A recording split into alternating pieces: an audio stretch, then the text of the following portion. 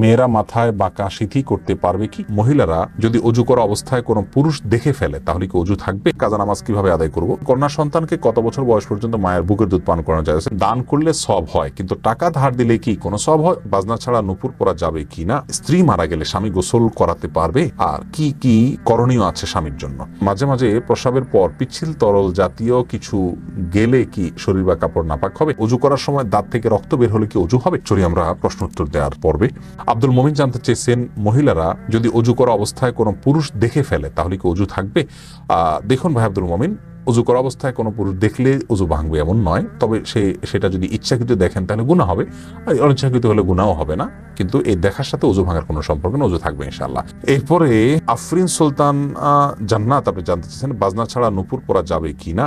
জীবন আপনি নুপুর পড়তে পারেন যদি সেটাতে বাজনা না থাকে এবং বাহিরে আপনি যখন পড়ে যাবেন সেটা আপনার পায়ে থাকতে পারে, কোনো অসুবিধা নেই। সাহাবা ইকরামের মধ্যে থেকে অনেকে নূপুর পড়েছেন, অনেক মহিলা সাহাবীরা নূপুর পড়েছেন, এরকমটি হাদিস দ্বারা স্পষ্টভাবে আমরা জানতে পারি। এমডি নাসির উদ্দিন জানতে চেয়েছেন, মাঝে মাঝে প্রস্রাবের পর পিচ্ছিল তরল জাতীয় কিছু গেলে কি শরীর বা কাপড় নাপাক হবে? যদি শরীরে লাগে তাহলে সেই অংশটা ধুয়ে ফেলবেন, কাপড় লাগলে সেই অংশটা ধুয়ে ফেলবেন, বাস তাহলেই চলবে। নাপাক হবে যেটুকু লাগবে সেটুকু জায়গা। আফরিন মোল্লা আপনি জানতে চেয়েছেন, কাজা নামাজ কিভাবে আদায় করব? দেখুন, কাজা নামাজ আদায় করার পদ্ধতি হলো, যখন আপনি অনেকগুলো সালাত ছুটে যাবে তখন ধারাবাহিকভাবে পড়ে যাবেন, যতটুকু সম্ভব শুধু ফরজগুলো আদায় করে যাবেন, সুন্নত আদায় না করলেও চলবে, এগুলো পড়ে ফেলবেন আস্তে আস্তে। এম এস আল মাহমুদ জানতেছেন, কন্যা সন্তানকে কত বছর বয়স পর্যন্ত মায়ের বুকের দুধ পান করানো যায়? কন্যা এবং ছেলে সন্তান সবার জন্য একই বিধান, 2 বছর পান করাবেন।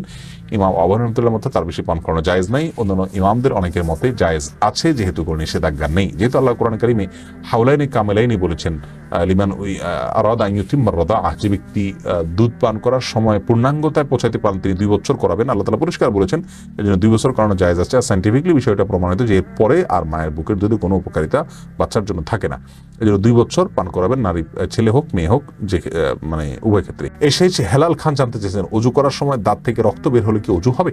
দাঁত থেকে যদি রক্ত বেশি বের হয়ে যায়, বের হতে থাকে, যার ফলে আপনার থুতু লাল হয়ে যায় এবং লালচে ভাব বেশি থাকে থুতুর মধ্যে, তাহলে সেক্ষেত্রে আপনার অজু হবে না। আর যদি লালচে ভাব কম থাকে, হালকা হলুদ হয়, তাহলে সেক্ষেত্রে অজু হয়ে যাবে। এমডি মনসুর আলী জানতে চেয়েছেন, মোবাইলের মাধ্যমে বিয়ে করা জায়েজ আছে কিনা? আমরা এর আগে বারবার উত্তর দিয়েছি, মোবাইলের মাধ্যমে বিয়ে করা জায়েজ হতে পারে, তবে ভিডিও কলের মাধ্যমে সেটা হতে হবে।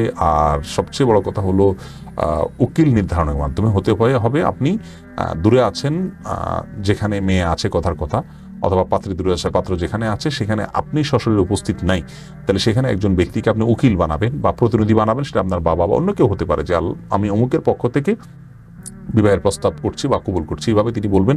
তার 2জন সাক্ষীর সামনে যখন এটি হয়ে যাবে, তাতে বিবাহ সম্পন্ন হয়ে যাবে। মামুন চৌধুরী জানতে চেয়েছেন, বাচ্চাদের প্রস্রাবের ফোঁটা মেঝেতে পড়লে যদি তার নিজে নিজে শুকিয়ে যায় তবে কি তাদের নামাজ পড়া যাবে? যদি নিজে নিজে শুকিয়ে যায় এবং কোনো আলামত না থাকে, তাহলে সেখানে নামাজ পড়া যাবে। ফাহিম আপনি জানতে চেয়েছেন, স্ত্রী মারা গেলে স্বামী গোসল করাতে পারবে? আর কি কি করণীয় আছে স্বামীর জন্য?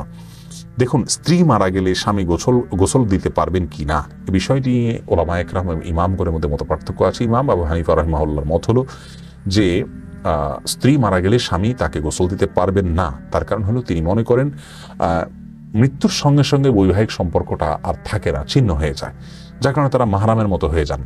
এখানে অন্য কোনো মেয়েরা গোসল দিবেন। যদিও অন্য ইমামদের অনেকেরই মত হলো যে না, বৈবাহিক সম্পর্ক মৃত্যুর মাধ্যমে ভেঙে যায় না, বরং বৈবাহিক সম্পর্ক তালাক না দিলে সেটি কিয়ামত পর্যন্ত, বরং চিরকালের জন্য, অনন্তসীম কালের জন্য সম্পর্কটা হয়ে যায়। যার কারণে তাদের দৃষ্টিকোণ হলো যে স্বামী তার স্ত্রীকে গোসল দিতে পারবেন, স্ত্রী তার স্বামীকে গোসল দিতে পারবেন। তো এক্ষেত্রে যদি ভিন্ন কোনো ভালো মহিলা থাকেন যিনি গোসল দিতে পারেন, সেটা ভালো, এবং এক্ষেত্রে কোনো অসুবিধা নেই। নাহিদ আলম জানতেছেন, উলঙ্গ ছবিতে ভুলে দৃষ্টি পড়ে গেলে কি গুনাহ হবে? ভুলে দৃষ্টি পড়ে গেলে গুনাহ হবে না, কিন্তু যখনই স্মরণ হবে তখনই সাথে সাথে ফিরে আনতে হবে। আল্লাহ তাআলার ভয়, আল্লাহ তাআলা আমাদেরকে সেই ভয় এবং তাকওয়া নসিব করুন। বাকিয়াহ মুনি আপনি জানতে চেয়েছেন, স্বামী স্ত্রী একসাথে দাঁড়িয়ে নামাজ পড়তে পারবে নাকি একটু আগ পিছ করে দাঁড়াতে হবে? প্রত্যেকে যার যার নামাজ যদি পড়েন, স্বামী স্বামীর নামাজ পড়ছেন, স্ত্রী স্ত্রী নামাজ পড়ছেন, জামাতে পড়ছেন না, তাহলে পাশাপাশি দাঁড়িয়ে নামাজ পড়াতে কোনো অসুবিধা নেই, কিন্তু জামাতে নামাজ পড়লে সামনে পিছনে দাঁড়াতে হবে। তবে পাশাপাশি দাঁড়াতে গেলে যদি মনোযোগের ব্যাঘাত ঘটে একে অন্যের, তাহলে সেক্ষেত্রে একটু আগ পাছ করে দাঁড়ানো ভালো। স্বামী একটু সামনে দাঁড়ান, স্ত্রী একটু পেছনে দাঁড়ান, এভাবে দাঁড়ানো উচিত যদি মনোযোগের ব্যাঘাত হবে বলে মনে হয়। সুজাত হোসেন জানতে চেয়েছেন, দান করলে সব হয়, কিন্তু টাকা ধার দিলে কি কোনো সব হয়? অবশ্যই সব হয় ভাই সুজাত। কোনো কোনো ক্ষেত্রে দানের চাইতে বরং লোন দিলে তার সওয়াবের পরিমাণ অনেক বেশি হয়। অতএব দান করলে যেমন সওয়াব হয়, মানুষকে হাওলাত দিলেও কিন্তু সওয়াব হয়। আজকাল লোন দিলে মানুষ ফেরত দিতে চায় না, নানামুখী সমস্যা হয়, সেজন্য গ্র্যান্ট হিসাবে, বন্ধক হিসাবে কোনো কিছু রেখে দিতে পারেন আপনি। কিন্তু লোন দেয়া অনেক বড় মাপের একটি ইবাদত এবং সওয়াবের কাজ। মাহফুজ মুন্না, আপনি জানতে চেয়েছেন খাওয়ার সময় ছেলেদের গোপে পানি বা খাবার লাগলে তাকে হারাম হবে? না, এমন কোনো কথা নেই। গোপে পানি বা খাবার লাগলে হারাম হয়ে যাবে, এটা জায়েজ নাই। খালেদা আক্তার জানতে চেয়েছেন মেয়েরা পর্দা না করলে মা বাবার কবরে কি আযাব হবে? মা বাবার যদি সেখানে কোনো দায় থাকে, ত্রুটি থাকে, তাহলে সেক্ষেত্রে তাদের আযাব হতে পারে। কিন্তু মা বাবা যদি তাদেরকে সঠিক পথের দিশা দিয়ে থাকেন, বুঝিয়ে থাকেন, দায়িত্ব পালন করে থাকেন, তাহলে সেক্ষেত্রে তাদের দায়ভার তারা মানে শুধু সন্তানরাই বহন করবে, মা বাবার কোনো কিছু দায়ভার চাপানো হবে না। আল্লাহ বলেছেন লা তাযরু ওয়াজরাতুন উযরা উখরা, কারোর দায়ভার অন্য কেউ বহন করবে না। লাইসা লিল ইনসানি ইল্লা মা সাআ, প্রত্যেকে যা করবে তারই তিনি দায় নিবেন। ইলিয়াস সানি, আপনি জানতে চেয়েছেন স্বামী স্ত্রীর মিল মহব্বত এবং পারিবারিক ভালোবাসা বজায় রাখার জন্য কি করণীয়?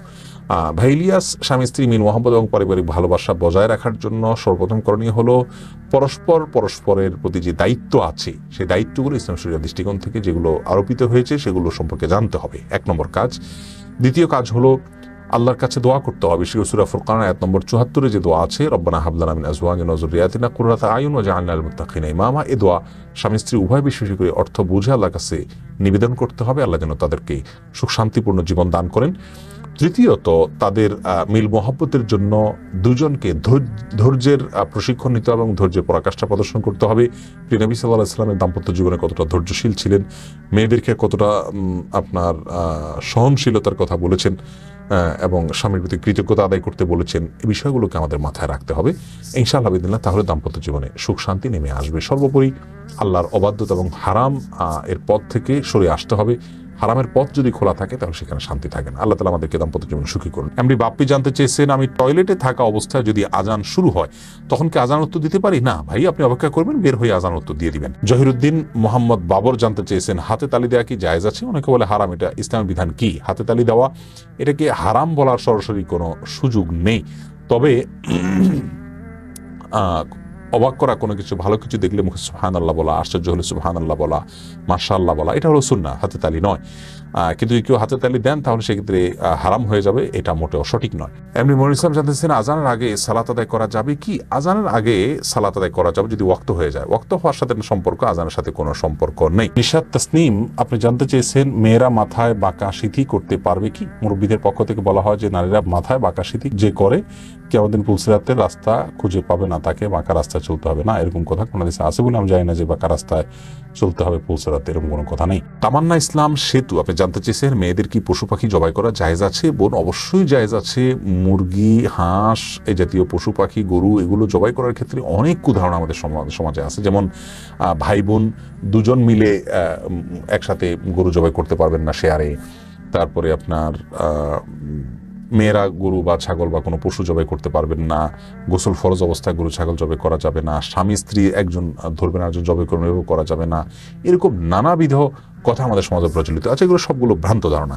ছেলেরা যেমন জবাই করতে পারবেন, মেয়েরাও কিন্তু সেভাবে আপনার জবাই করতে পারবেন, কোনো অসুবিধা নেই। জবের যে শর্ত আছে বিসমিল্লাহ আল্লাহু আকবার বলে জবাই করে ফেলবেন। রবিউল ইসলাম জানতে চেয়েছেন, কোনো কিছুতে পা লাগলে সালাম করা কি জায়েজ? না ভাই, কোনো কিছুতে পাও লাগলে সেখানে হাত দিয়ে সালাম করতে হবে। হাত দিয়ে যদি সালাম হয় না, পা ছুঁয়ে এটাকে সম্মান করতে কোনো কথা নেই। কিন্তু আমাদের সমাজ যেহেতু পাও লাগাটাকে অসম্মান মনে করা হয়, এটা ওরফ, আর ওরফের একটা এতেবার এবং গ্রহণযোগ্যতা ইসলামী শরীয়তে আছে, যার কারণে কারোর গায়ে পাও লাগলে সেটা লাঠি দেওয়ার সাথে কিছুটা সাদৃশ্যপূর্ণ হওয়ার কারণে আমাদের সমাজ এটাকে দূষণীয় মনে করে। আরবেনরা দূষণীয় মনে করে না, তারা জন্য পাও লাগলেও এটাকে কিছু মনে করে না।